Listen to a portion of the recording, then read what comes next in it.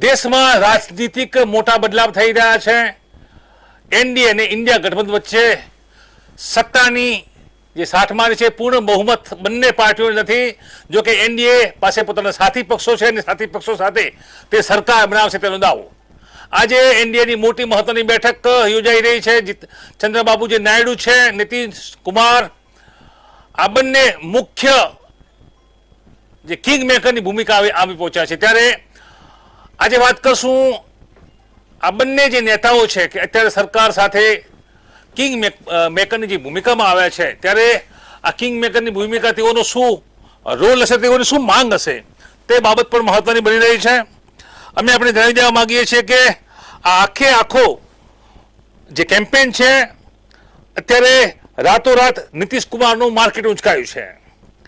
સ્પષ્ટ રીતે મોદી સરકારમાં નીતિશ કુમાર અને ચંદ્રબાબુ નાયડુના ભરોસે ચાલશે, કેમ કે બંનેની જરૂરત છે। આ મોટા સમાચાર છે। મુખ્યમંત્રી નીતિશ કુમાર આજ એક વાર પુનઃ દિલ્હી પહોંચ્યા છે। ત્યાં એનડીએની બેઠકમાં તેઓ ભાગ લઈ રહ્યા છે। નીતિશ કુમાર દિલ્હી આવા પહેલા બિહારમાંથી તેઓ પૂરા જે દેશમાં તેઓની જે સિયાસત તેઓના આગમનથી ગરમાઈ છે। જોકે એક મહત્વની વાત છે કે ફ્લાઇટમાં તેજસ્વી યાદવ સાથે તેઓ આવ્યા છે, ત્યારે તેજસ્વી યાદવ અને નીતિશ કુમાર સાથે કોઈ વાત થઈ છે કે શું, તે બાબત પર સોશિયલ મીડિયામાં પસ્તાળ પડી છે।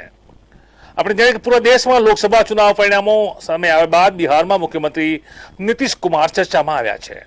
જોકે ચર્ચામાં આવ્યા બાદ એ વાત છે કે બીજેપીમાં તેઓની ભૂમિકા છે તે કિંગ મેકરની છે, કેમ કે ભારતીય જનતા પાર્ટી પર હાલની 2024ની ચૂંટણીમાં પૂર્ણ બહુમત નથી।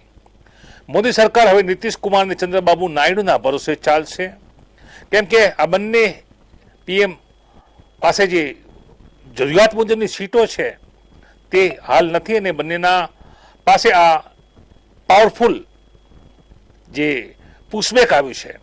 નીતિશ કુમારની 3 જૂની માંગો છે કે કદાચ પીએમએ માનવી પડશે, નહીં તો દિલ્હીનું સિંહાસન હલી શકે છે। ત્યારે સવાલ થાય છે કે શું છે નીતિશ કુમારની માંગણી। પહેલી માંગ બિહારને વિશેષ રાજ્ય તરીકેનો દરજ્જો આપવાનો છે, સ્પેશિયલ પેકેજ આપવાની વાત છે, વિકાસને ગતિ મળવી જોઈએ। ત્યારે બીજી માંગ તેઓ કરી શકે છે કે બિહારમાં જ્યારે દેશમાં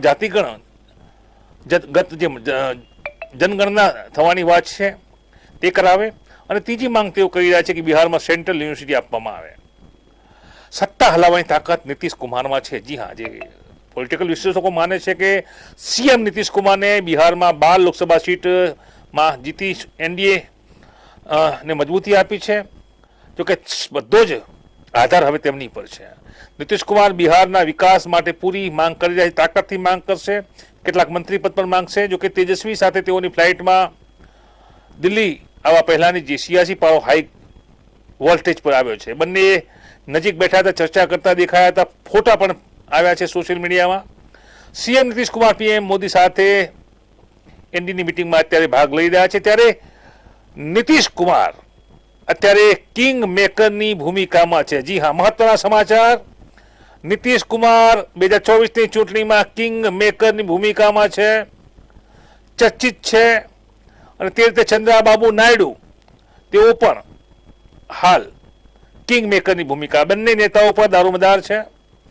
ચંદ્રબાબુ નાયડુના ભરોસે, નીતિશ કુમારના ભરોસે હવે સરકાર ચાલશે તેવું રાજકીય વિશ્લેષકો માની રહ્યા છે। ત્યારે સવાલ એ થાય છે કે આ બંને જે રાજનેતાઓ છે, ચંદ્રબાબુ નાયડુ અને નીતિશ કુમાર, જી હા, આપણે જણાવી દઈએ કે આ જે બંને રાજનેતાઓ છે આજે જ્યારે દિલ્હીમાં ભાગ લેવા પહોંચ્યા છે એનડીએની જે બેઠક છે તેમાં, ત્યારે નીતિશ કુમાર અને ચંદ્રબાબુ નાયડુ પોતાના દળના ચૂંટાયેલા નેતાઓ માટે મહત્વના ખાતા પણ માંગી શકે છે, સ્પીકર પદ પણ માંગી શકે છે, અન્ય કેટલીક માંગો પણ મનાવી શકે છે।